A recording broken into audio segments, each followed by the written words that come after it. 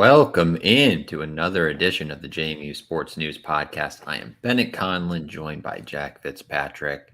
Jack, we are 1 week away from game week. Are you ready? Are you ready? I'm amped up. Are you ready, though? I would say I'm ready. Fall camp, you've progressed the way you want to get to. You've progressed through fall camp, and you've gotten to where you need to be. We've made progress. Look, I'm not satisfied. Okay, we're not satisfied, but we are progressing the way that we like. Wait, that was such a weird comment from Kurt Signey where he's like, we're doing everything we want to do, but like we're not satisfied. Not enough, though. Okay, I understand what you're getting at, but Kurt, you're doing everything. Well, what else do you need to do? Some great coach speak, no doubt. Yeah, BetOnline is your number one source for all of your betting needs. Get the latest odds, lines, and matchup reports for baseball, boxing, golf, and more. BetOnline continues to be the fastest and easiest way to place your wagers, including live betting and your favorite casino and card games. Bennett, what's your favorite casino and or card game? Dude, maybe just a standard slot machine for me. I'm blackjack. I'm blackjack. Oh, okay. They're all of that. Slot games, blackjack, whatever you want is available to play from your phone. Head to the website today. That's betonline.ag, or use your mobile device to sign up. And when you sign up with our promo code BELIEVE, BLEAV, scrolling along the bottom as well, you'll get a 50% welcome bonus on your first deposit. So use promo code BLEAV when you sign up. Bet online. It's where the game starts. Heck yeah. One of our many supporters this year. We also have Three Notch once again contributing. It's shocking that they were like, you know who we want to partner with again? Us. What are the chances? And some awesome stuff coming in the this year at Bridgeford from Three Notch. I don't know if we can say it, but it's going to be pretty soon, right? Well, I guess the games will start soon, so then we're certainly in the clear at that point. But didn't you get it? Yeah. You have it in your house right now. So we're basically in the clear with that. But we're super excited about Three Notch, having them on board. We love their beer. We will be visiting there, I'm sure, many times across Virginia throughout the fall. Yeah, as of right now, we'll have a live podcast recording App State weekend in the Three Notch Valley Collab House tap room. So we'll be doing that. Time hasn't been nailed down, a specific date. I'd imagine it'll be the Friday evening before game day, but we probably still have to figure that out and all of that good stuff. But, yeah, I mean, I'm going to try and get up to Harrisonburg for a game before App State and drink my body weight in Duke of Clouds and pour some shandy on me. I love that for you. Yeah, it's not healthy for my liver. And we're also sponsored by Christopher William Jewelers. There's a reason Christopher William Jewelers has been voted Best of Virginia year after year. It's not just one thing that sets us apart. It's everything. It's the selection, extensive and unmatched, with every engagement ring, loose diamond, and fashion jewelry chosen for quality and brilliance. It's the service. From our diamond experts to our master goldsmith, our team shares a passion for what they do, and it shows. It's the atmosphere, both glamorous and laid back. See for yourself why people can't stop talking about Christopher William Jewelers in Harrisonburg and Weir's Cave. So when they say picked for brilliance, do they mean like picked like who's the smartest diamond, or maybe the most shiny? All right. How do you want to start today's podcast? We have a lot of stuff coming up. We do have a lot. I think this is our most packed episode. Probably we should have like figured out how to like sprinkle in this content over a few podcasts, but we said screw that. We're gonna put it all into one. Yeah, there was a risky decision by us, but one that I think will be engaging for sure. Yes. A lot to talk about. So we'll start with a little bit of camp talk, which will take us into quarterback talk because that's where everything naturally dissolves into. And then we have an awesome interview with Grimsley High School's head coach, Darryl Brown, also just so happened to be Alonza Barnett's high school coach. I mean, when we picked to interview a random high school coach, it just so happened that it was Alonza Barnett's high school Got coach. lucky there. Yeah, got lucky there. Really sure, lucky yeah. there. But no, it's an awesome conversation with him. He really breaks down Alonza's play style, his mentality, and what he was like in high school. And I think that's the closest thing we can get to what we could maybe expect. QB1 still hasn't been decided, but a great discussion with him.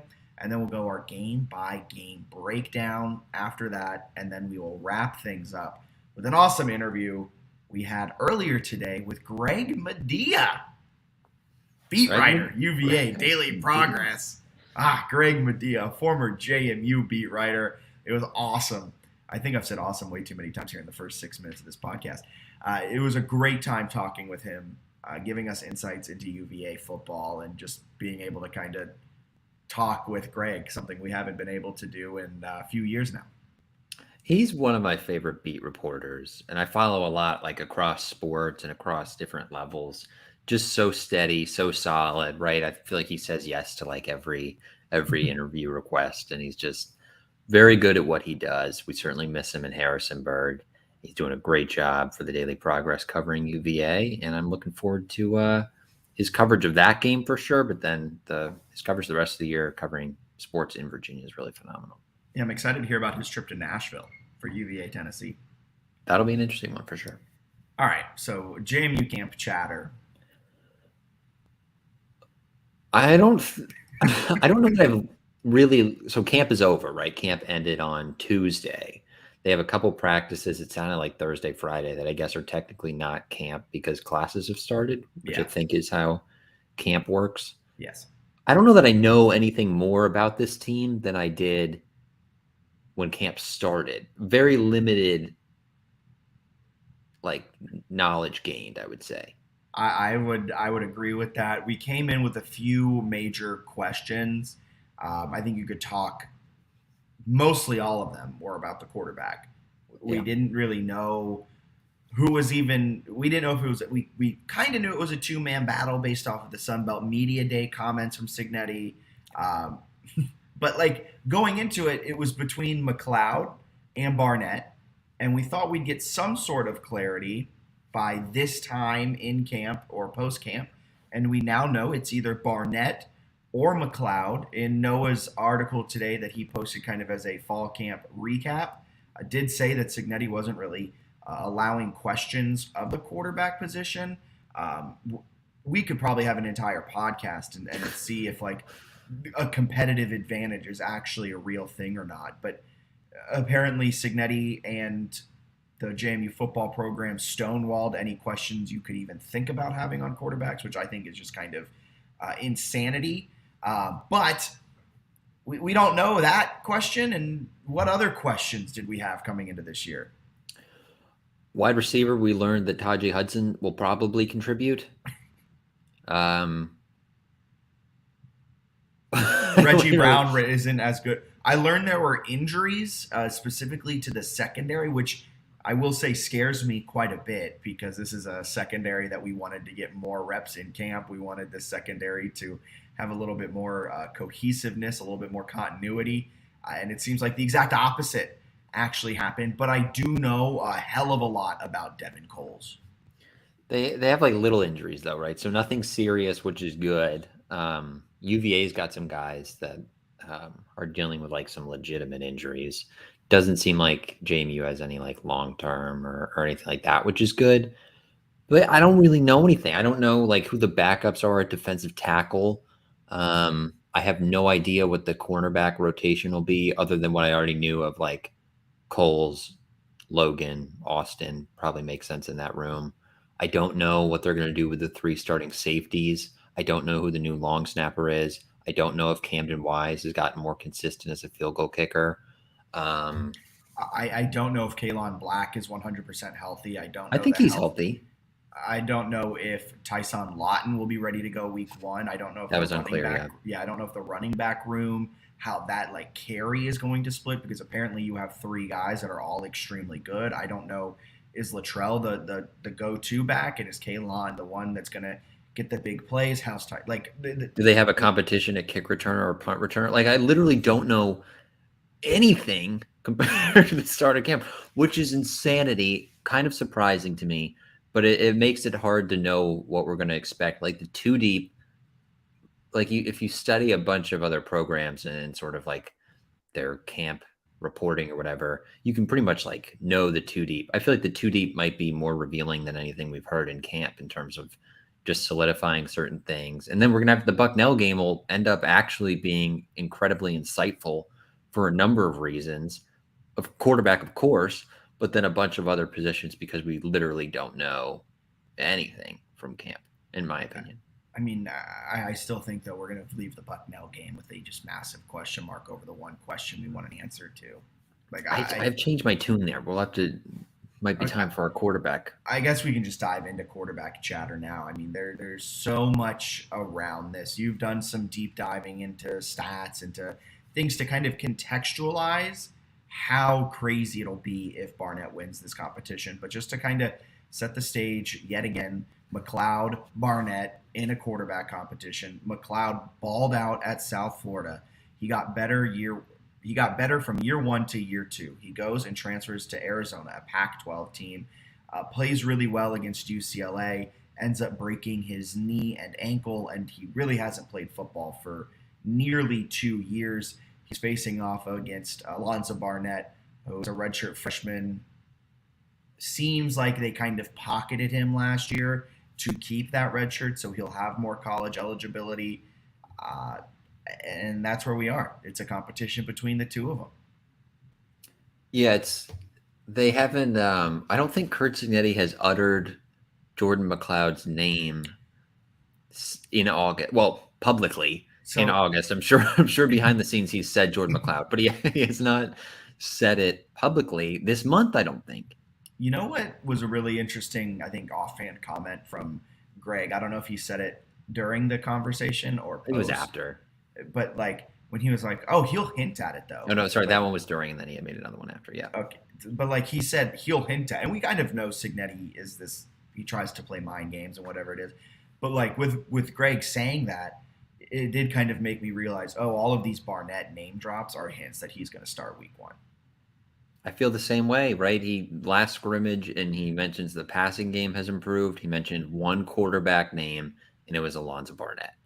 So if he doesn't start Alonza Barnett because of the way the narrative is shaping out, if Jordan McLeod starts and struggles at all against Virginia, Troy, Utah State, South Alabama, everyone is going to want to see what Alonza Barnett looks like. It's also what QB Spotlight Stephen Hamner talked about earlier a few episodes ago, where if you do have this quarterback competition, you need to leave them on a long leash. And the way he's kind of positioned, specifically Jordan McLeod, if McLeod is the winner, JMU fans won't let that leash be long. Yeah, I would say that April me is very surprised that Alonza Barnett looks like he's going to be the starting quarterback. But like July me is shocked. But August 23rd would be stunned if it's Jordan McLeod now, based on what we've heard. Like unless something changes here in the next week, Alonza Barnett, based on the comments, right? We really don't have much information. Kind of seems like it's going to be Barnett's team. Okay. Can you contextualize that? Because he is a red shirt freshman with no starting experience, with one pass attempt that probably wasn't meant to be a pass attempt. That was probably supposed to be a handoff, but somehow the play came in wrong, and Barnett threw the ball. So, like, can you tell me how insane it is that a team that the fan base believes is a top 25 caliber team, a team that the fan base and honestly the coaching staff believes can contend for the Sun Belt East? How crazy is it that they are going to start a red shirt freshman? I mean, it's insanity. His one pass, we've got one career pass attempt. It was in the last 2 minutes of the game against Norfolk State last year. So again, like, kind of weird that they were throwing it. But like that's his only pass attempt. He completed it for 14 yards. But surprising that you would have a quarterback who's only had one career pass attempt start. So I did some digging here, right? Given the idea that JMU is this elite program, and I think you could sort of debate sort of what elite means. But at the group of 5 level, they look like a pretty solid team. Last year, and I thought this was just interesting in general, 51 teams appeared in the AP Top 25. That's a lot. That's a lot of teams. So I know JMU fans are like, top 25, got in the top 25 for a week. That doesn't mean like you're one of the 25 best teams in college football, because 51 teams at one point in the season, either preseason or later in the year, were in that poll. Of those teams, so obviously JMU is one of the 51. There are 50 other teams. So I went through, and a lot of the quarterbacks are kind of well known for these teams. Other ones, like the team has announced who the starter is. There's only like 3 or 4 that are in JMU's boat of like people don't know who the starter is, which is kind of fascinating in general. We're talking about the competitive advantage. It's like, well, if every team has named a starting quarterback, I don't think that like it's actually a competitive advantage. But anyway, I guess you could argue the flip side. But 50 teams that were ranked in the top 25 last year. Of those, none of them plan to start a freshman or a redshirt freshman at quarterback in 2023, with, I think there's one exception, or at least one battle where there's a freshman in the mix, but he's not expected to be the guy. So there's 50 teams.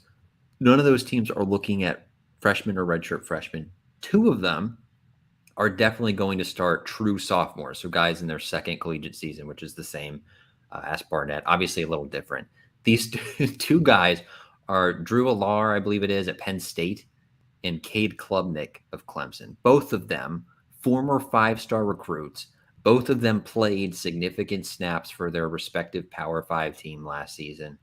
Both of them are viewed as like either Heisman candidates this year or in the future, or like NFL draft picks.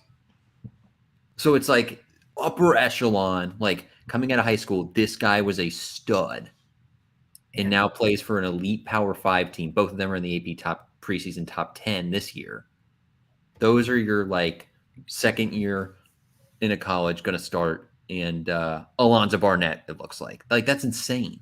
And I don't mean to diminish Alonza by any means. He could very well be our week 1 starter, and if he is, there's a potential he goes down as one of, if not the best JMU quarterback.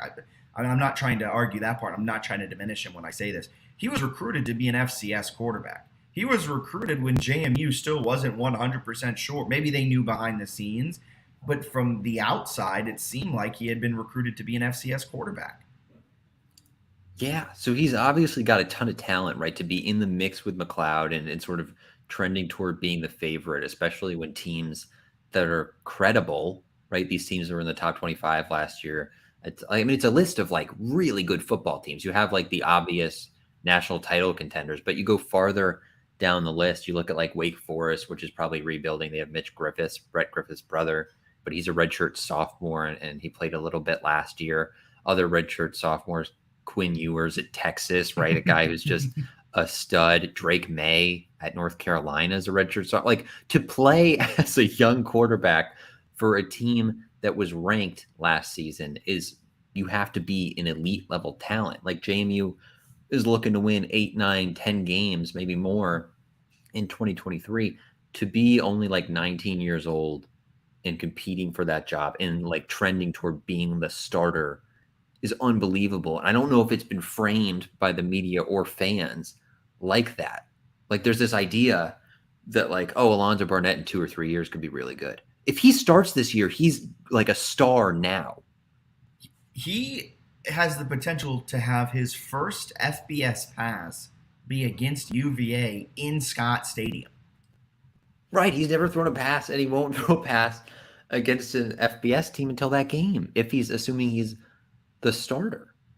Like, that's mine, but like it's all, yeah, you're right. It is just mind-boggling. And like, talking with a lot of people around the program, it seemed that this by no means is what is McLeod's job to lose. It's by no means like a clear-cut thing, and that Barnett has really, really impressed, and that Cignetti bringing him up, especially yesterday after that scrimmage, seems to show that it is going to be Barnett as QB1 against Bucknell and against UVA. And that may be the right choice, but it is just mind-boggling why he went out and got Jordan McLeod. Like, there's so many things around this that I can't wrap my head around fully. I think the McLeod thing makes a lot of sense, though. He was pretty good. He's super athletic. I think he would fit well in the system. Like Barnett has to be having the most insane camp to be beating him out. I still think McLeod's really good. Like I think they brought him and probably like, yeah, he's probably our starter, and we'll let Barnett compete with him. And then they come in the spring and they were like, wow, he looks maybe, better than we expected. Like I think Signetti had some comment in the spring about like it's amazing what a guy does when he knows he has an opportunity to compete for the job. Like I imagine he had like a perfect winter in terms of strength and conditioning, great spring, great summer, leading into like a really good fall camp. I don't know. He might just be a star. And you look at like his high school stuff, and I found some like weird like preseason stuff that he had posted at one point, and we'll hear from his high school coach. But like the way Barnett moves around in the pocket, sort of Russell Wilson like in the sense that he's not always looking to take off when he moves in the pocket, but he'll move in the pocket and like look downfield, keeps his eyes downfield, and then hits these like deep pass plays that are super impressive. He might just be a star, which is crazy if you're Jordan McLeod, where if Jordan McLeod comes in last year, he probably does whatever Centeno did. Like, I think he's a really good player. So maybe he's just happened to transfer in at horrible timing with like, hey, this guy's going to be the best quarterback JMU's ever seen. Yeah. It's insane. It's like, it's crazy. Yeah. Do you want to head on over to our conversation with Darryl Brown, head coach at Grimsley? Let's do it. Yeah, we talked with Darryl Brown earlier this week about Alonza Barnett's high school career, what he did there, kind of his play style, and what JMU fans can expect out of the redshirt freshman if he does win the quarterback one competition. It was a really great conversation. Us, we got Darryl Brown, the head coach at Grimsley High School. Can you take us through, I guess, when Alonza played for you and sort of what it was like coaching him? Yeah, we had Alonza the last 2 years of his high school career here at Grimsley. And during his time, he only lost one game. So, I've always told people the best thing that you can say about him is he's a winner. And he finds a way to win. He obviously has a tremendous skill set, understands the game really well. But, he's people talk about how nice of a young man he is and that kind of stuff. When he puts the pads on and gets between those white lines, I used to call him a silent assassin. I mean, he would rip your heart out to win a football game. And he was tough, physical, and just the ultimate competitor. When he was with you at Grimsley, he's in the middle of a very intense QB battle with Jordan McLeod, an Arizona transfer, and now he's jostling for that QB1 spot, potentially being the starter in just about 14 days. Was he ever in a quarterback competition with you all at Grimsley? No, I mean, when we had him, he was our guy. That was pretty obvious. I mean, if you have two guys like him at the high school level, then you really got something. He was clear cut, our leader, and the guy that was going to lead our football team during that stretch. And part of that run was during the COVID when things were really difficult for a lot of people. And I think we had several guys, but he was one on our team that you really saw his leadership during that time, keeping our guys together. When we couldn't do stuff with them, he was getting them together on their own, doing some workouts and throwing, that kind of stuff. So he loves the game. And again, like I said, he's a competitor and he's a student of the game and, loves to get after it and play. Yeah, you mentioned his play style. Can you take us through that a little bit? As we haven't actually had a chance to, I think he's thrown one pass in a JMU uniform, and we've heard the reports from practices are impressive, but the fans haven't actually had a chance to see much of him. What are some of the strengths of his on-field game? Well, he really understands the game. He has a great understanding of what defenses are trying to do. And that goes back from, with his dad, and the training that he's had growing up. And, that he's been put through a lot with a lot of different people. So he has a great understanding of what defenses are trying to do, which for a high school kid, and we had him is a luxury because you don't get that a lot of times. So I know even there at JMU that he's doing a lot as far as, watching film, meeting with his staff. He's just different. He lives and breathes football. So he's different than any other kid I've ever had come through here. And then, on the field, as far as his physical tools, he's got a tremendous strong arm. He's very accurate with the football. I think now, I know toward the end of his time with us, and from what I hear up there, he's even better now, kind of being able to make all different types of throws. There was a time where he was going to throw that thing through a wall, no matter what. So now he's got a little touch and different things. But, I've always said when Alonza gets on the field up there that I think it'll be hard to get him off because he just finds a way to get the job done. And, he makes the guys around him better. So I'm excited for him, and I hope he gets that opportunity. You mentioned him throwing the football. All we've seen from him, like Bennett said, are these, hype videos that are coming out. So there's 4-second clips of him throwing a football. And each time we see it, Bennett and I are just wildly impressed by his spiral. Like, it is such a tight, quick release, tight spiral. So I got to ask, did that come to high school or did you teach that into him? No, when like I said, we got him his junior year, and when he came here, that stuff he had already, kind of been working and developing. He spent a lot of time in Atlanta with Quincy Avery and some guys like that are well-known quarterback trainers.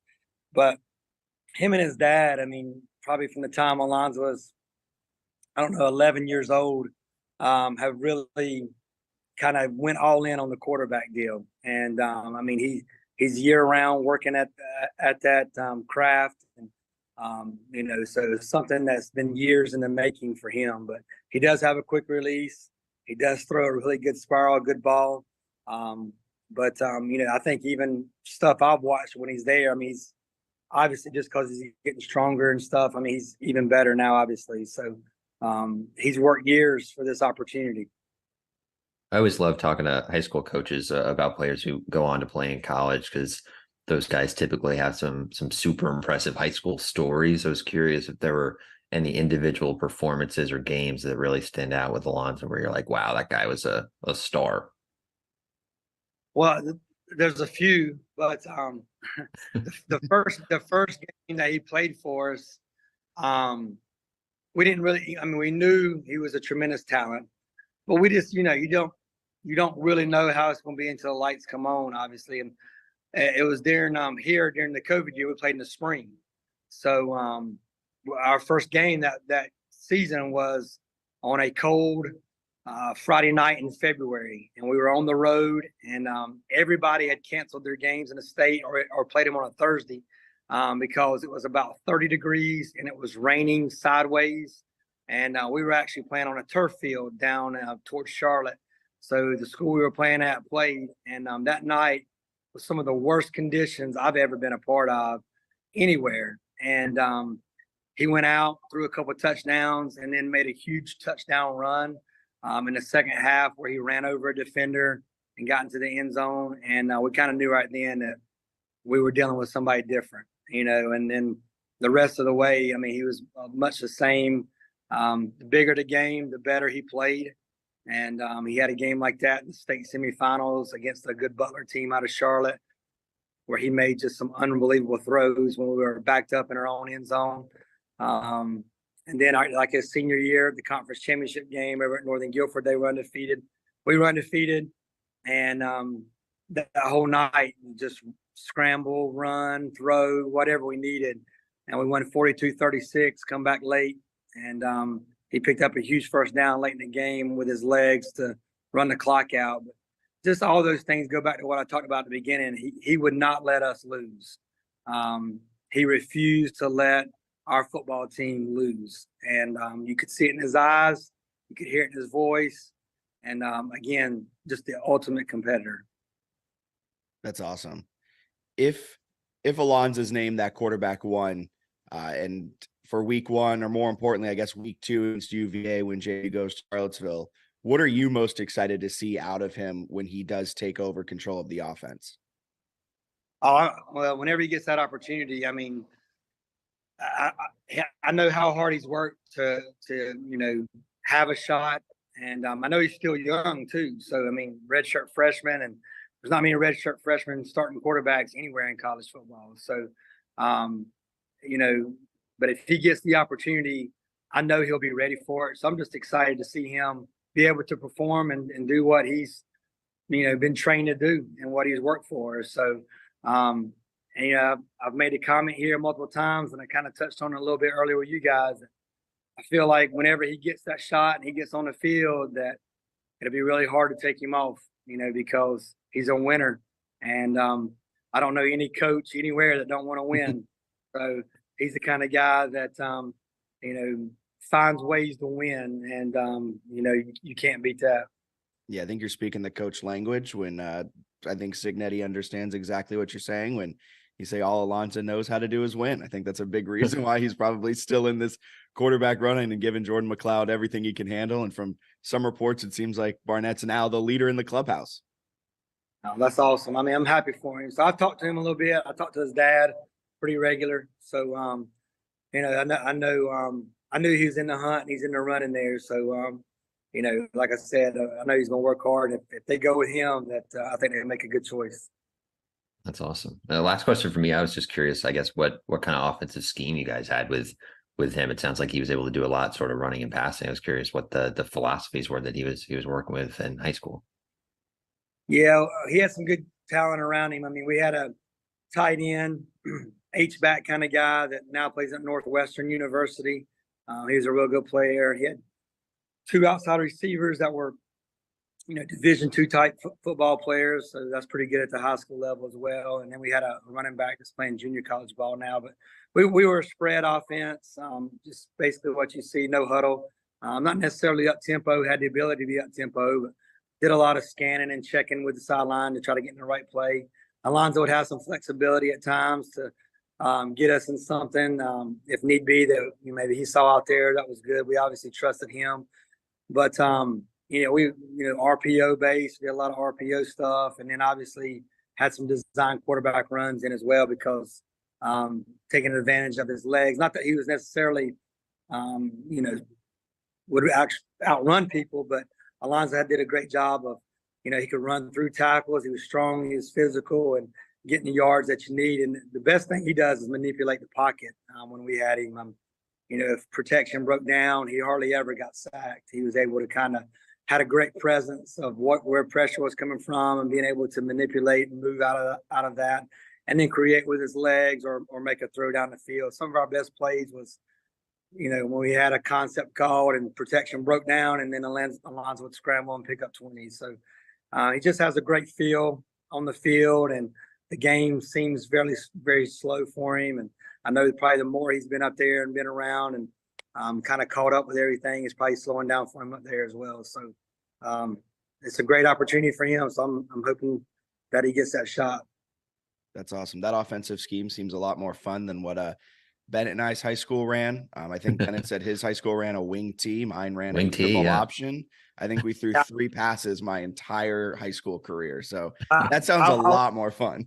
I was a high school quarterback and I was in the wing tee as well. So then my first few years as an assistant coach, we were a triple option team. So I understand all that for sure. Yeah, it was a quarterbacks take a lot of hits in that system for sure. But thank you so much, Coach Darryl Brown, head coach of Grimsley High School, taking the time out of your day to talk a little Alonza Barnett and that QB competition happened up in JMU. Yeah, absolutely. Thanks for having me, guys. Appreciate it.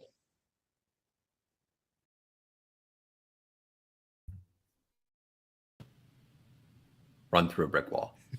That's what I'm about to do. I just know that I went into that conversation not fully bought into Alonza Barnett. I left that conversation letting him be the quarterback of the Seattle Seahawks. When I found some of his high school tape, some of it looked like scrimmagey kind of stuff. The offensive line stuff is very true. Where he's like, sometimes the protection broke down. Looked like it broke down every play. Yeah, I watched his huddle highlights because I was putting together a reel for our Instagram, and I put over one of his answers just like highlights of Alonza in his senior year. Every time it seemed like he was either stepping up in the pocket, avoiding a free blitz, yeah. And apparently JMU is struggling with protection, which I feel like is maybe a made-up storyline that'll go away in a couple of days. But nice to have a quarterback who can move. And I think either guy, McLeod and Barnett, are both going to be able to get out of trouble, which is huge. Yeah, and I think not much changes with our game-by-game prediction depending on who is the quarterback. But before we get to our game-by-game prediction, it's time for this week's edition of News or snooze? Bennett has 2 quotes that he'll run by me. I'll say if they're newsworthy or snooze-worthy, and then I have one to throw at Bennett. Okay. First one here. Okay. Kind of an easy one for you. Okay. But this is from Kurt Signetti after the second scrimmage. We had a lot of question marks, I think, in our passing game. I'm pleased with Barnett's progress at QB. We've had some receivers step up. News. That is definitely news. Signetti likes to drop hints at who the quarterback is. He did it all of last camp with Centeio, even though Centeio wasn't named until minutes before the kickoff of the opening game against Middle Tennessee. We all kind of knew, one, just based off of pure talent and kind of seeing the videos and everything that came out, but also throughout all of camp, Centeio was the name that kept coming out of Signetti's mouth. It wasn't Billy Atkins. It wasn't anyone else on that roster. It was Todd Centeio. And now this season, it hasn't been McLeod at all. It's been Barnett. This one time, he never mentioned McLeod. The only thing that we thought he did mention McLeod was that he values experience. If it comes down to, like, if they are both in a dead heat, he would lean the experience over it. What seems like they're not in a dead heat right now. And then Tyshawn Wyatt, unprompted, said Alonza Barnett was doing great. You put all of that together, this is an extremely newsworthy quote, and I think it is his way of saying that Barnett is going to be the starting quarterback. Yeah, I agree with that. I think that makes a ton of sense. Want me to hit you with the second one? Yes. Again from Signetti. Tonight, the defense was shorthanded. We had a couple corners out with soft tissue. They'll all be back Friday and Monday. They're not long-term injuries. But my question, is it newsworthy, snoozeworthy that some of the corners, including I think some of the top corners, have dealt with some soft tissue stuff? I think it's kind of newsworthy. I mean, this is a coach that it seems like all camp has been talking about how they're working to limit injuries. They didn't tackle in the first scrimmage. Unclear if they tackled in the second scrimmage. But in the first scrimmage, they weren't tackling, and I believe the quote Signetti used was to avoid soft tissue injuries. And, like, he's been very adamant about things like that they don't need to tackle because they're a little bit of an older group so they can avoid these injuries. And now you're saying half of the secondary didn't play in the last scrimmage because of injuries? Seems like something kind of wacky is going on behind the scenes. Not wacky. That makes it sound like weird. That makes it sound bad. But like it's just weird that the secondary is having these issues. Definitely tough at corner too, because that's a young spot where you'd think every practice rep would be super beneficial. I think on the plus side, the no tackling kept him out of like a dude tearing his ACL. So like Chauncey Logan maybe having like a slightly sore hamstring. That's a tough thing to say, folks. Slightly sore is not as bad as, like, you know, a broken knee, obviously, like, shattering his leg. So I think from that perspective, it's good. He said they have no long-term injuries, which is really, really solid. But yeah, it's definitely tough if, like, you really want to rep those guys. Also seems easier probably if you're a receiver to, like, quote unquote step up. If you're going against like backup, we've had a lot of guys step up. And you're going against on an unrelated note, all of our corners are injured. Now, our quarterback too in the second scrimmage was Jack Fitzpatrick. His 6'2", 640 was a little bit worrisome, but man, did he not do well. But like, it's also, I think we talked about it a little bit earlier. This is the group that you wanted to not only get the reps, but like understand the chemistry. Because I feel like so much of the secondary is understanding when to pass guys off. It's when to kind of feel your zone. How does the person next to you play their zone? How do you then play your zone? If you're playing man and you have different responsibilities where you're passing a man off, like how does all of that work? And I think that was a bigger issue than necessarily talent last year, was that it was a completely new secondary. And they were hit by the injury bug last year. Austin missed an extended amount of time with injuries. Logan was kind of banged up to start the season, and that's why he wasn't the cornerback 1 or 2 last season. So it is worrisome that they are injured going into this year. I think it's also interesting. Like, I know Virginia's offense was terrible last year, but they do have some like promising talent at receiver. Yeah. Malachi Fields is like 6'4" and really good. They got, I think, Malik Washington's a Northwestern transfer who was super productive. So UVA's offense has like decent skill guys. So that'll be interesting. The offensive line for UVA is a major worry, but if they can like keep Tony Muskett upright, JMU's secondary is gonna need to be locked in against those receivers. Yeah. You ready for my quote to you? Yes. Quote from Signetti after the second scrimmage. Quote, "We got areas we got to improve, starting with protection." News or snooze? I'm snoozing this one. I think it was interesting, but it was also one that like I'm not buying that their offensive line is like a concern. Like he might want it to improve in terms of like, oh, we didn't pass protect the way we want to. I'd argue the newsworthy part possibly is that the defensive line did a nice job getting pressure. That seems like a very positive You're thing. going the inverse of I just what he can't said. imagine. It's like, oh, the offensive line that like would help JMU lead the conference in scoring offense last year returns everyone on its too deep. We can't pass protect. It's like that. I'm sure you want better than what they did, but like I know they can pass protect and run block. So I don't think that's a real concern. But interested to see if the D line's actually playing at a high level, because that'll be huge if they are. Yeah, love that edition of News or Snooze. That brings us to our game-by-game breakdown this season. We just posted this full article over on JMUSportsNews.com. JMU football 2023 season prediction. We won't spoil the ending. Bennett, you did the first 6 games. I did the write-ups on the last 6 games. But for this, let's rotate. I don't think we'll change that much. But you start with week 1 game-by-game predictions of this upcoming season presented by 3 Notched. Yeah, you want me to set them up and then you show them out? I guess we can just talk quickly about each game. Each one? Okay. Yeah. Bucknell, I think we both probably agree is a snoozer. Yeah, we can just go to game 2. Okay. The UVA game. Pretty fascinated about this game. We'll have Greg Madia's segment here in a little bit, but I don't think Virginia's that good. I think it's a winnable game. It's also not like a cakewalk, which I feel like maybe some fans are kind of hoping. They do have UVA does have some talent at certain spots. I really feel like JMU has a better overall football team. I think we'll really see the type of team JMU is in this game. So UVA has a really good defensive line. We'll see where JMU's offensive line is. Mm-hmm. I think defensively, the offensive line for UVA is, you've said it, Greg says it, it's extremely worrisome. It's the weakest point on that team. So how much pressure can a defensive line generate without blitzing? How much pressure can they get when they're only pressuring with 4, maybe even 3? Like, you can kind of see how good that team is there. And then you can see how good the secondary is against talent.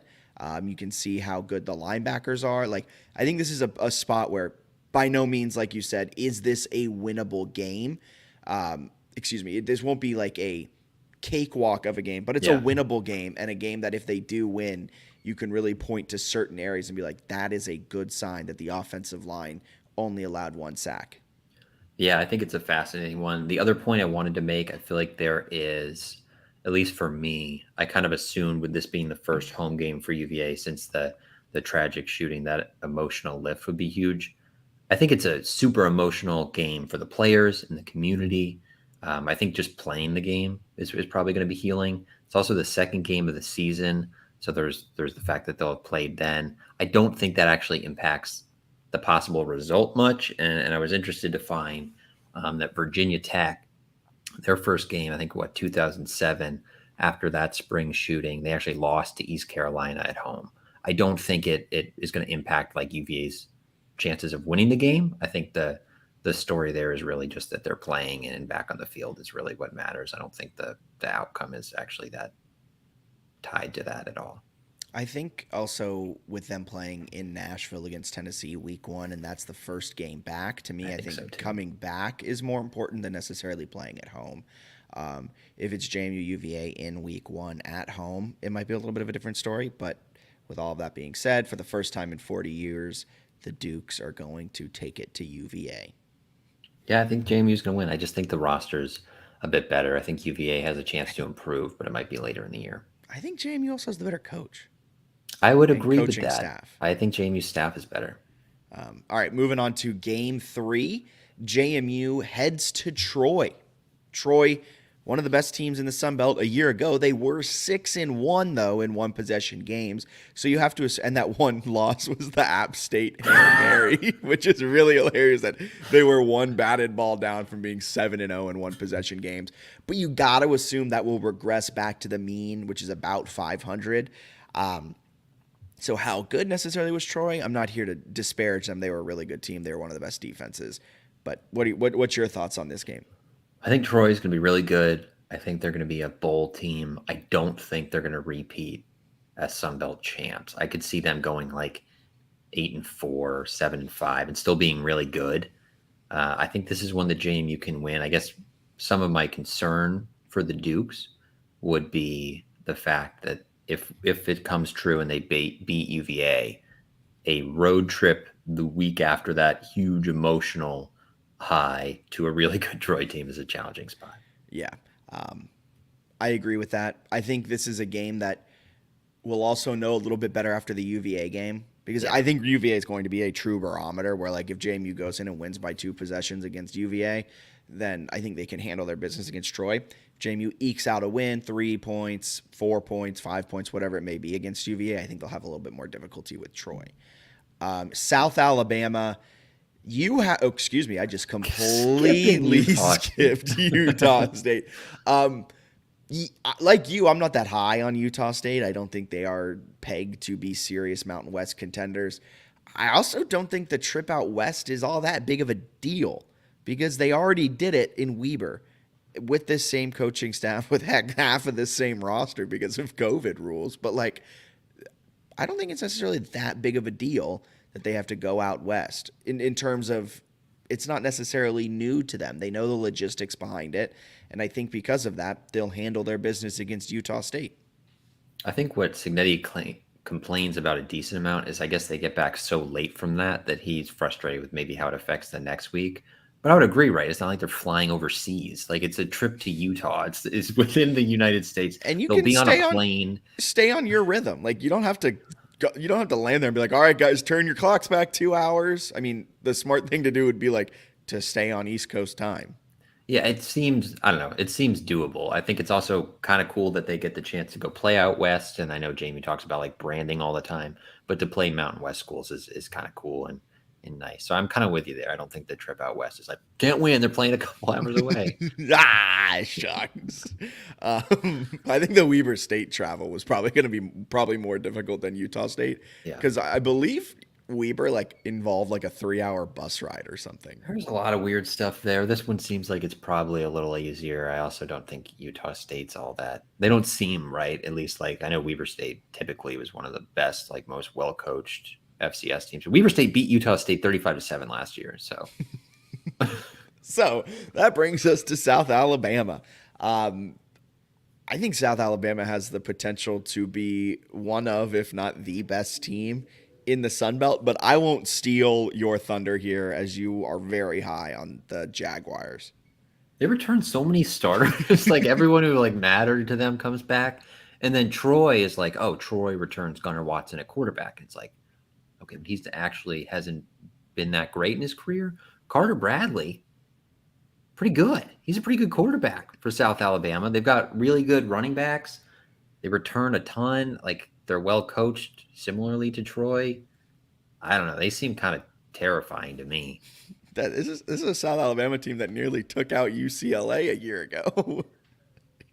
I don't know. They could have New Year's 6 aspirations. The other thing too is their schedule. I think it's, what do they play? They play at Oklahoma State, and then I think they open at Tulane.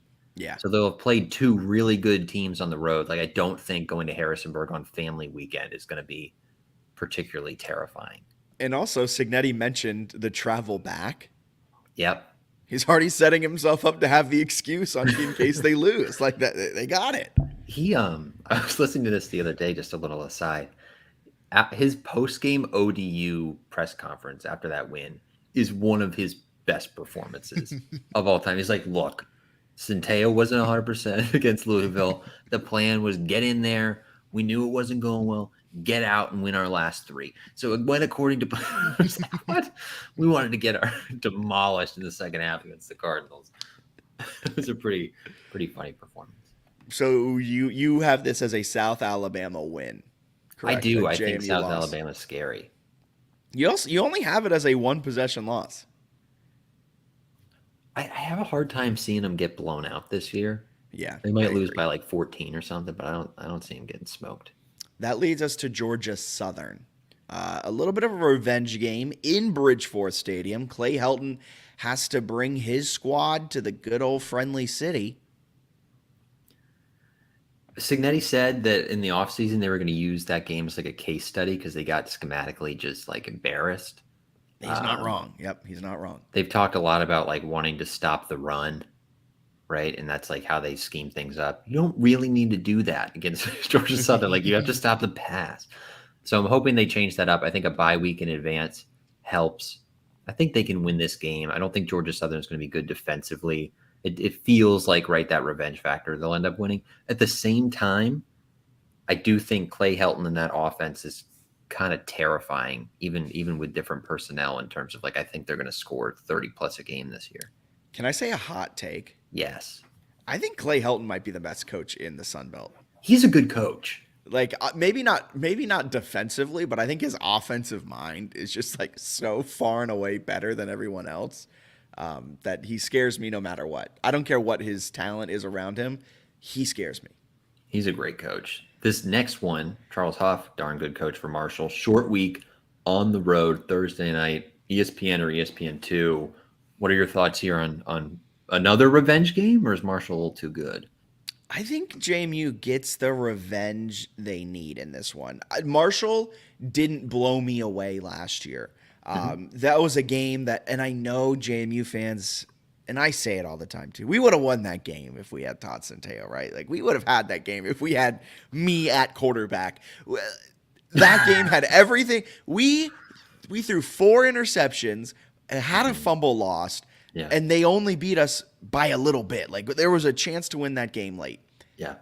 And then Marshall goes ahead and loses 2 of their defensive linemen, and then a few guys on the back end. They lost a linebacker, 2 linebackers, a defensive back. So their defense kind of got hit a little bit, and that was the strength of their team a year ago. They lost their running back, Kalan Laybourne. You got to assume that whoever their quarterback is next year, Cam Fancher is projected. I say that because he wasn't necessarily all that fantastic last year, but he's a redshirt freshman. He was a redshirt freshman. And he's going to be a redshirt sophomore. So you got to assume there's a little bit of progression there out of him.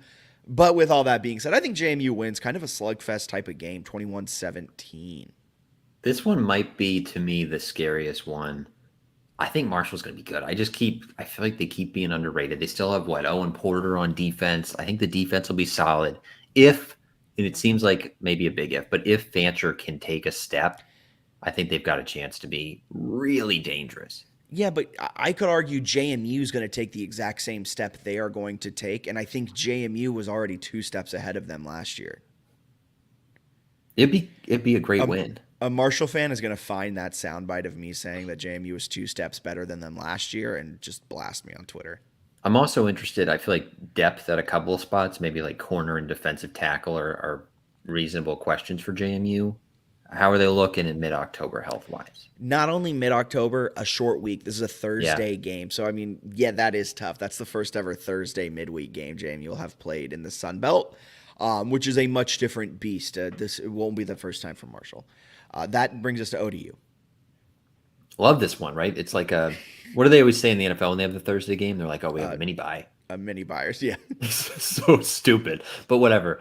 Jamie's got a mini buy here. Perfect time for the mini buy. So stupid. So they got one, right? Perfect time for the mini buy, as people like to say. Perfect time. I think ODU, I was looking at this. I think they're going to suck. Like, I think they're I thought you were about to say you thought they're going to be good. And I was going to be like, Bennett, we need to get you checked out. No, I think people are talking like opening night or whatever. They're like, oh, I wonder if they can like hang with Virginia Tech. No. They're like, their ODU looks horrible. They have one of the least talented, if not the least talented roster in the Sun Belt. Yet they have the Defensive Player of the Year. Which is insanity. Like, they have him and nobody else. They look terrible. They're starting a Fordham transfer who's thrown 13 career passes. What? Well, we can't talk, man. Correct. We can't talk. Alonza Barnett might start. He has one career. No, but you don't. We didn't bring in an FCS transfer who didn't start an FCS school. Okay, true. Hey, it's a great point. Extremely confusing. Maybe he's good. Maybe Grant Wilson is good. I think ODU is going to be horrible, though. Like 2 or 3 wins, kind of bad. I think this is a blowout. You had a hilarious prediction in the article. Why don't you tell everyone what you think will happen? 55-3. What was last year? 37-3? Something like that. I don't think ODU is going to score a touchdown. I don't think Kurt Cignetti's going to take his foot off the gas because it's at home. Great spot for a blowout win, though. I would agree with that. Honestly, it's like a mini bye into a bye week with ODU because then you're going at Georgia State. Maybe I'm too high on them, but I think Georgia State has the potential to be near the top of the Sun Belt East and be in contention to win the Sun Belt East. I think this might be. It's beginning of November. This might be a kind of, depending if the season goes to plan how we've expected it, I think this could be almost a de facto Sun Belt East championship. It could have huge postseason implications.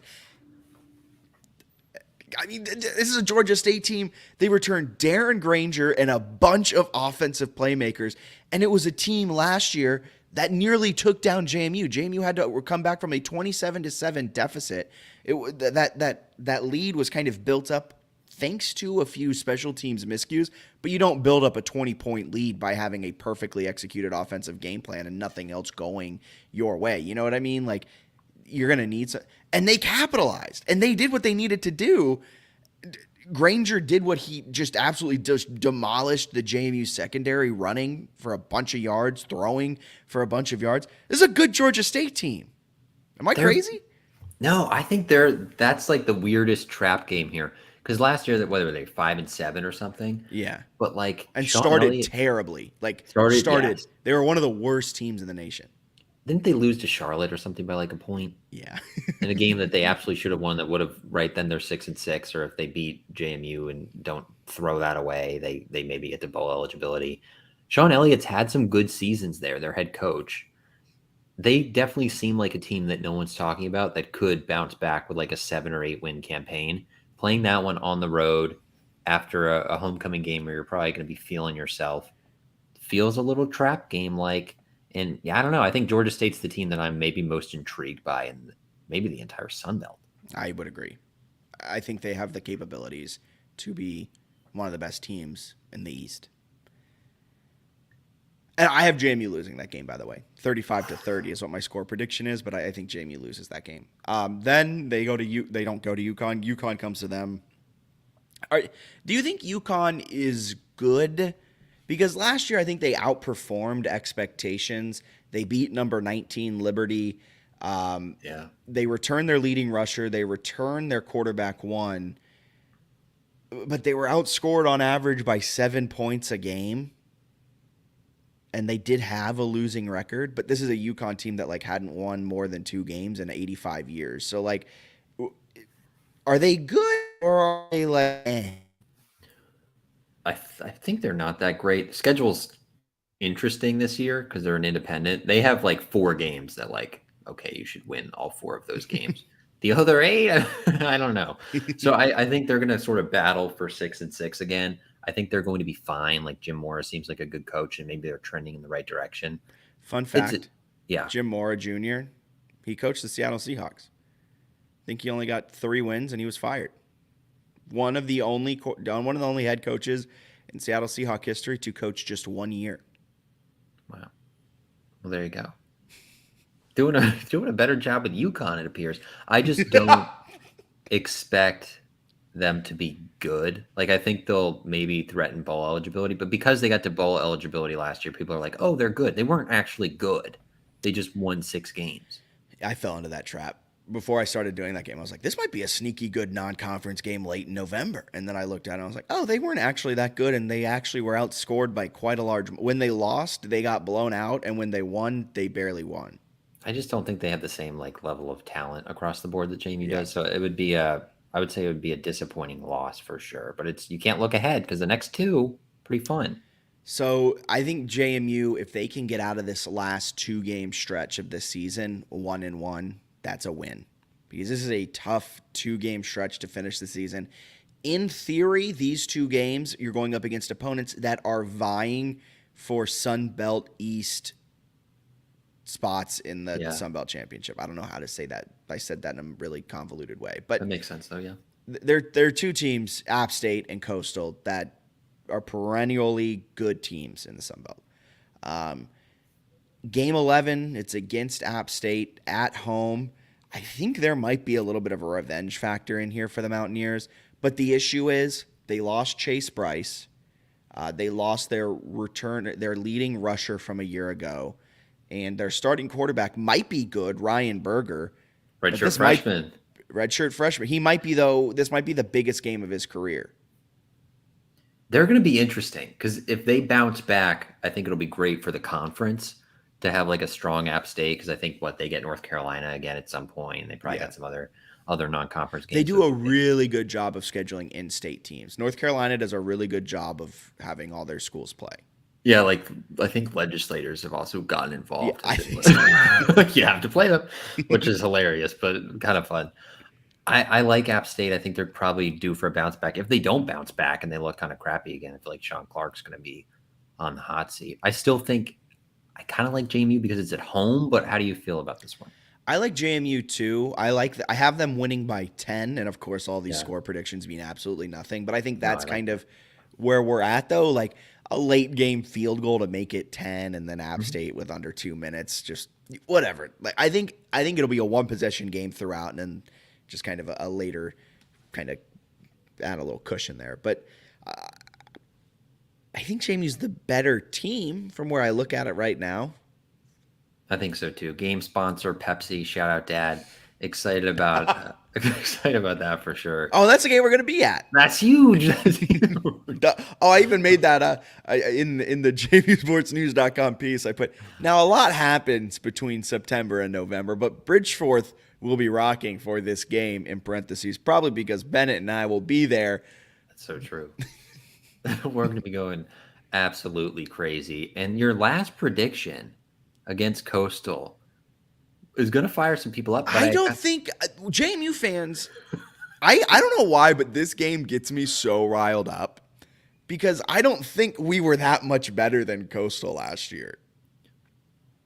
Like they did beat him by 40. But like that was with Jamie Chadwell I'm sounding like a Coastal fan right now, aren't I? That was with Jamie Chadwell with half his body out the door, and they were without Grayson McCall, and they were starting someone I think with the last name People. That's a Madden Create-A player name. That is. My dad just texted me. Thanks for the shout out. But it's Coastal Carolina is a fascinating team, right? New coach. They still have McCall. The JMU fans think they're like, I kind of agree here where JMU fans are like, yeah, we blew them out. We're just a way better program. Probably not true. Like with McCall, they're a different team. They're going to improve. It's in South Carolina, not actually near Conway. The beach because they're it's in frauds, Conway. but yeah, like they were fraudulent last year, but they're not bad. Like when I say fraudulent, they didn't deserve to be like whatever they were, 9-1 to start. But they're not bad. Like they should be good again this year. 100%. And this will be likely them playing for a spot in the Sun Belt Championship, right? And like you're at home and you can avenge this loss where they were celebrating, saying they were the kings of the East in front of you after blowing you out. But like these last 2 games, not only are they good teams, but there's this revenge factor in both of them, which is a very real thing. And I think JMU loses one of these 2, and I think it's at Coastal. I think they lose by, I put 7. I wouldn't be surprised if they lose by 2 possessions, though. Wow. It'll be an interesting game. Another one, too, where if there aren't enough 6-6 teams and there's sort of that idea that they're going to get a bowl, maybe a little less motivating than last year where JMU clearly had no chance of playing in the postseason. It was a home game to finish it out, right? You're probably not bringing a bunch of Kings of the East signs to South Carolina. Maybe you are. I don't know. Just like storing those on the sideline just in case. That seems maybe a little bit unlikely. Yeah. Yeah. So do you want to bring in Greg Madia? Yeah. We talked to Greg about UVA September 9th. We're excited for it. We've tried to give some fans a little insight into what UVA will look like for that game. I'm sure he'll be busy all over the place on game week, so we figured we would do it now with camp over, get those insights, and I'm sure we'll have some other significant UVA coverage and or guest during game week. Very special guest, Greg Madia of the Charlottesville Daily Progress and formerly of the Daily News Record in Harrisonburg. Greg, thanks for joining us. Yeah, Bennett, Jack, your faces to be with you guys. Haven't talked to you guys in a while. Good to see you though. Yeah, we're amped to have you on. You obviously know JMU and UVA probably better than most reporters across the state. So you've got a ton of insights there. And I think JMU fans and maybe even Kurt Signetti with some recent comments is kind of looking past Bucknell. So we're all kind of eyes on UVA at this point. So we're excited for your insights on the program. Yeah, for sure. Virginia's got a big one before that though. They've got Tennessee. So I'm sure the Who's are all in on the Vols before getting to that in-state clash, which should be a great game down the road on September 9th. Yeah, I was going to say it's kind of hilarious, the difference in schedules where JMU has an FCS team that was, I think, picked to finish last in the Patriot League, not even a full scholarship, and then UVA on the other side, they have a Tennessee team that is looking to have one of the best seasons in recent memory, and it's just like, oh, what a complete difference. We've already thrown out one game where UVA fans probably haven't even thought about JMU once during this offseason when there's Tennessee first. Yeah, I will say I think the Virginia fan base knows what James Madison has built on the other side of the mountain, right? I think there's some respect there for what James Madison has done, not only in their final half decade or so at the FCS level, but also what they did last year in their debut season as an FBS member. So I don't want to say out of sight, out of mind with Virginia fans, but certainly the focus for the UVA fan base is on this first one, right? It'll be their first game post-tragedy. What happened this past November on grounds, as they call it in Charlottesville, with the shooting that involved the Devin Chandler, Lavelle Davis Jr., and Deshaun Perry. So sad. It'll be their first game when they play Tennessee in Nashville on September 2nd. So a lot of emotion will be going into that one for the Who's before they open up their home slate against the Dukes. Yeah, that's a great point. I was interested from your perspective how the team has sort of used that maybe as a motivating factor. Obviously, you've got returners, but then you also have some transfers who weren't with the program that have sort of, I guess, maybe assimilated since then. Yeah, I think that's a great question. And you don't have to look any further than Mike Hollins, the running back and surviving victim of that tragedy, right? Went through a ton of, stuff in the hospital where he had to get his gunshot wounds healed in his stomach and just fight to get back on a football field. Obviously, doctors had told him it might be a few months before he can put his socks on. And in a matter of months, he was back on a practice field practicing during the spring. So it's an incredible story, inspirational story. And I think the team looks at him as their inspiration in addition to the friends and teammates that they lost in Chandler, Davis, and Perry. I think Tony Elliott, the second-year coach at Virginia, former Clemson offensive coordinator, he also gained a lot of respect from within the locker room about how he handled everything in times of tragedy.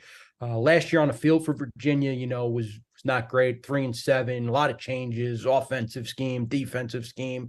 The offense, which was exciting, and Bennett, this from covering them a little bit, was exciting with Robert and I and Brennan Armstrong and slinging the ball all over the yard there for a little bit. And frankly, last year it wasn't. So it was a tough first on the field year, but when the tragedy happened, Elliott, he did a really admirable job of leading them through, and they're still dealing with it, right? It doesn't go away just because a new season is here. He's done a really good job leading the team, and I've had a couple of players tell me that, that they're willing to play for Elliott. They're willing to run through a wall for Elliott because of the way he handled everything. And I think that's important to remember as some new faces have come into Virginia, some old faces have left, right? Armstrong's now at NC State. Nick Jackson, the former standout linebacker, he's now at Iowa. Some older players that were on that team are gone. But the guys who stayed are really, really bought into what Elliott's vision is and want to play for him and want to get it right, not only for him, but for the teammates they lost and and for Hollins too, who fought so hard, and then for themselves who've been dealing with a lot, mentally, and then of course on the field too, want to get it right. Yeah, you mentioned a few of the guys who left. Armstrong, the biggest name of them all. They brought in Tony Muskett. Kind of a lot of storylines throughout this offseason around the quarterback position with UVA. What can JMU fans expect for UVA's game against Tennessee, but then also the game against JMU when Tony Muskett takes that first snap under center? Yeah, it'll be interesting. He as soon as he came to Virginia, arrived from Monmouth in January, he was kind of atop the depth. Appeared he'd be the favorite to win the job, but would have to battle for it to get it. In the spring, there was, I don't even know if you can call it a battle. There was a little bit of a competition when Jay Woolfolk was able to participate in football. At the time, Jay Woolfolk was still trying to do both the football and the baseball. He's a star reliever for the baseball team. And he pitched really, really well. He's awesome. I cover baseball too. And it's like, you see 97 on the gun with the fastball and then a wipeout slider. It's like, that he's got a pretty good shot in baseball. So he actually made the decision over the summer to just focus on baseball, which took himself out of the quarterback competition, obviously. So Muskett, clear-cut starter at that point in the summer. Though Elliott, didn't announce anything until earlier this week when he named Muskett the starter. He had to battle a little bit with Anthony Calandria, a freshman. But Muskett, I think what you're getting is somebody with experience, albeit at the FCS level at Monmouth. Played really, really well there for 3 seasons, which included a shortened COVID season. That spring year that James Madison played in too. He had played that spring for Monmouth. 51 touchdowns compared to 16 interceptions in his 3 seasons there. 2-time, all Big South player. Last year in the CAA, right? Monmouth moved up to the CAA a year ago, and he said that was he had told me he thought that was good for his development. A little bit tougher competition in the CAA than the Big South. Now he's making another jump from the CAA to the Power 5 and the ACC. So I think he realizes he's probably got to get rid of the ball quicker. He said just in practice, he can tell from playing against Virginia's defensive line how quick the defensive line gets back there compared to what it is at the FCS level. So that's something to watch. And as far as how he'll perform, right, it's as good a question as there is. When he takes the field in Nashville, he'll be playing against a crowd that I think I added it up. It's like 3.5 times larger than the biggest crowd he's ever played in front of. Nice. So it'll be interesting to see how it pans out. But he's mature. He understands the opportunity he has, and it's not like Virginia was his only offer out of the portal. He had some Group of 5 offers. Missouri was involved as well and offered. So he wasn't just a guy looking for a place to play and hoping that he could get an FBS offer. He had other opportunities and chose Virginia, chose to play in his home state. Nice to have a coach who names a starting quarterback before September. That's cool. From covering James Madison and Kurt Signetti, he'll hint at it though. He'll hint at it and tell you how it'll feel. I covering the Ben DiNucci, Cole Johnson battle, and then what was it, Cole Johnson, and I can't even remember who it was. A couple of years after that. Who was it that next time? It was kind of Cole's job to lose. Yeah. I think spring season, the spring season. And Gage. Gage that's Maloney. Right. So there you go. He'll hint at it. So I guess whoever's playing better between Alonza Barnett and the Arizona transfer McLeod will be who gets that job. Starting to do some Barnett hits, so we'll see if that comes to fruition. I think that was unexpected, but interesting for sure. I know when JMU fans look at UVA, there's obviously excitement about possibly winning the game, but maybe not a lot of knowledge of like where Virginia is strong, where Virginia has some questions. Can you take us through some of those overarching position groups and sort of where you see strengths and where you might see some question marks? Yeah, and I think for the Virginia fan base too, it's like, if this team's going to improve upon the 3-7 mark that it registered last year, you got to look at that defense and particularly the defensive line. The defense was much improved under John Rudzinski, the coordinator who joined Tony Elliott's staff after being at Air Force and being the defensive coordinator for the Falcons there. They did a really good job. Lowered the points per game by like 7.5 points. They only gave up about 24 points per game last year, and that defense kept them in games they probably shouldn't have been in if you watch their offense. So that'll tell you something. That defensive line is really good. I've covered some really good defensive lines in the past, and this one is really good too.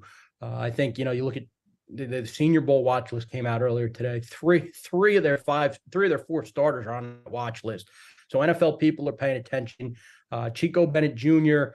Is a standout defensive end. He's been a little banged up in training camp, but he's a player that can absolutely get to the quarterback. 7 sacks in 10 games last year.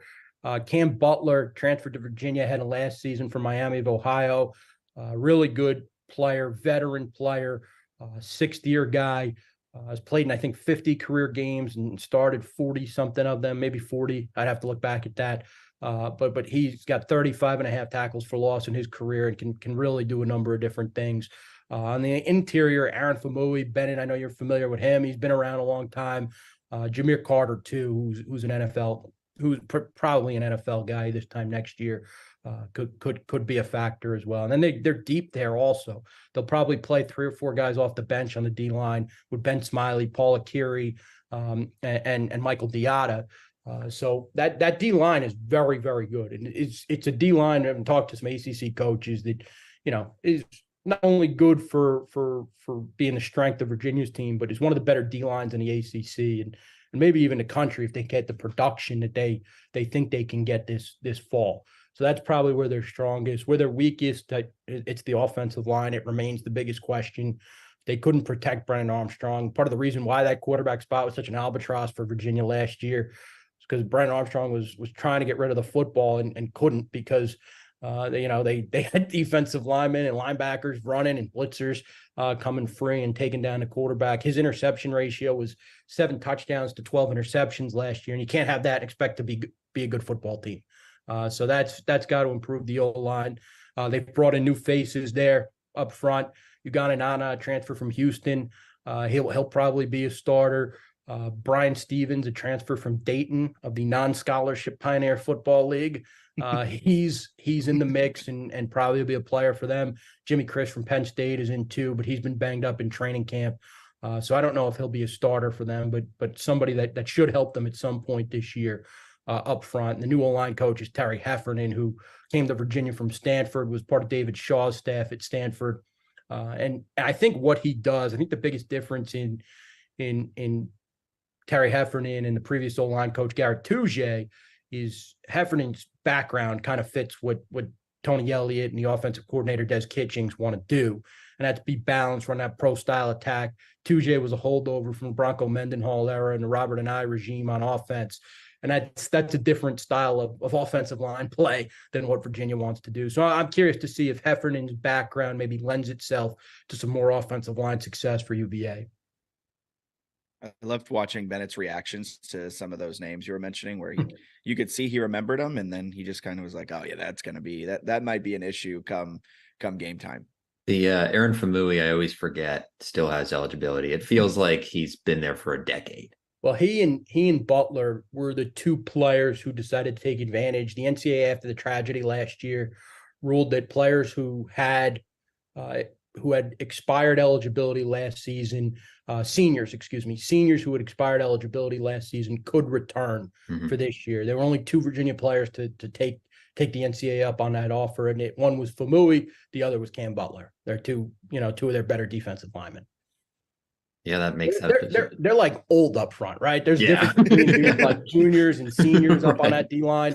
They're like 23, 24-year-old guys on that D line. That's a grown men defensive line. Yeah, that'll prove to be a little bit of an issue for JMU because Kurt Cignetti at the end of fall camp yesterday said that pass protection has been one of the things that has been his, I guess, one of his biggest issues with the team. So if JMU is unable to have good protection for whether it's Barnett or McLeod, how will this UVA defense attack JMU? They got after quarterbacks and offensive linemen that couldn't block them last year. I mean, even up at Syracuse, Bennett had a multi-sack game. Down at Georgia Tech, I can't remember how many sacks there were, but there were like a couple of players with at least one sack at Virginia. So I think, that's part of their defensive style, though, and their defensive coordinator, John Rudzinski. He's going to find the weaknesses. He's a smart guy. He'll find the weaknesses and exploit. And if Virginia senses that's a weakness, then that's what they'll do. But that JMU whole line, man, they got guys that are still there when I was covering them. Yeah, I mean Nick Kidwell and Cole Potts and Tyler Stevens. They were all guys who were playing on that during that spring season and really starting to first contribute then, and then they blossomed into excellent offensive linemen and good players for JMU. Yeah, you mentioned the defensive line being old for UVA. I think the offensive line for JMU is also very old. Somehow, some way, they still have eligibility. COVID has made that quite an interesting thing. I will say it's pretty significant that Kurt Signetti and the O-line coach there, Damian Roblewski, have got those guys to stay, right? Yeah. I mean, if those guys hit the portal, man, they'd be sought after, right? I mean, it's so hard to find good offensive linemen and to keep them at JMU for this long, and that's a credit to those coaches. Yeah, for sure. And the last question I had that I think is always interesting for me is I hear like Musket looks pretty good, running back room is deep, defensive line is really old, and then their win total is at 3.5. So it's hard for me to kind of square, I guess, what's a successful season for UVA, given they do have some talent, they do have some question marks. You mentioned the offensive line. Are they thinking it's kind of a bowl season for them, or is the goal just to make some steady progress in year 2 with Tony Elliott? I think they'll take progress. The players would love to make a bowl game, though. I mean, that's the goal for any college football program, right? When you're outside of Alabama and Georgia, which has sights set on national championships, and it's realistic for those programs to have the sights set on national championships. For most college football programs, it's competing for a conference title and getting to a bowl game. And I've talked to some Virginia players about it, and they say, of course, that's the you can't listen to the external expectations. They were picked to finish last in the ACC. But I think they also believe they have a little more than what people think. Some of it with all the new faces, sometimes that gets lost in preseason rankings and win totals, and but I think a lot of it will come down to how well they can fix that offensive line, and if Tony Musket can protect the football, right? I'd mentioned Brennan Armstrong, 12 interceptions last year. I think about the Pitt game, he threw interceptions for touchdowns on the first 2 throws he had that Saturday. I mean, you can't win games when you're down 14-0 before it even really gets going. So they played closer games last year that people forget about. Miami was a 4 overtime game, 14-12, just a defensive slugfest, offensive disaster type of ball game for both sides, but 4 overtimes. They played Carolina to 3 points. Carolina and Drake May, and actually did a pretty good job against May. I think up until then, he was just carving people up, and Virginia's defense did a decent job against him. Josh Downs, not so much, but you take some and you lose some. For me, I think with their schedule, it's probably going to be tough to get to 6 wins, but I do think their defense will keep them in more games than people think. Their non-conference schedule is very tough with Tennessee, JMU, and Maryland out of the gate. What helps them, though, is in the ACC, they missed both Florida State and Clemson this year. So I think that's something that if you're looking at Virginia's schedule and you think, it's tough, well, you do miss the 2 big boys in the conference. Absolutely. Yeah, that's certainly helpful. The 14-12 4 overtime sounds like a grind to cover. So good on you for sitting through the whole thing. You got to make it interesting in the story, though. It does make for some interesting quotes afterward. I can only imagine. Sit through a game like that. Some interesting questions too, probably from the media. Yeah, of course. Quite the turn of events, though. They're a fascinating program because, they were all offense, no defense in Bronco Mendenhall's final year. To go from that to defense keeping them in games, offense not being able to move the ball it's a wild twist. Yeah, it was quite the change, and that was part of the issue last year a little bit for Virginia. Is they had players that had a lot of success on offense under Mendenhall and Anai. Particularly Brennan Armstrong and his receivers, Dontavian Wicks and Keaton Thompson and guys like that, the late Lavelle Davis, Billy Kemp. But it was a drastic change, right? Going from air raid, a little bit of backyard football with the quarterback, to pro style, regimented timing, precision. And then you throw in the fact that they didn't have the offensive line, right? They lost some really good players in the transfer portal ahead of last season, mainly the center, Olu Oluwatimi, who won the Ringington Award at Michigan. It was a tough change when you factor in that for the offense, between all the losses and the attrition on the offensive line and the drastic change in system and principles. Yeah. Quite the shift, Jack. You got anything else? No, that's it. Just want to say thank you, Greg, for joining us. Before you get up on out of here, can you let fans know where they can follow your work if they're not already? I imagine a vast majority of the people listening to this podcast already follow you on Twitter, but for the few that don't, how can they follow along with your work as they get ready for that JMU-UVA game? Yeah, at Greg Madia on Twitter and dailyprogress.com for the stories. The stories are, Charlottesville paper, Richmond paper, Roanoke paper. So if you find them, you can read them. Awesome. Thank you so much for your time, Greg. Yeah, guys, happy to do it. Take care.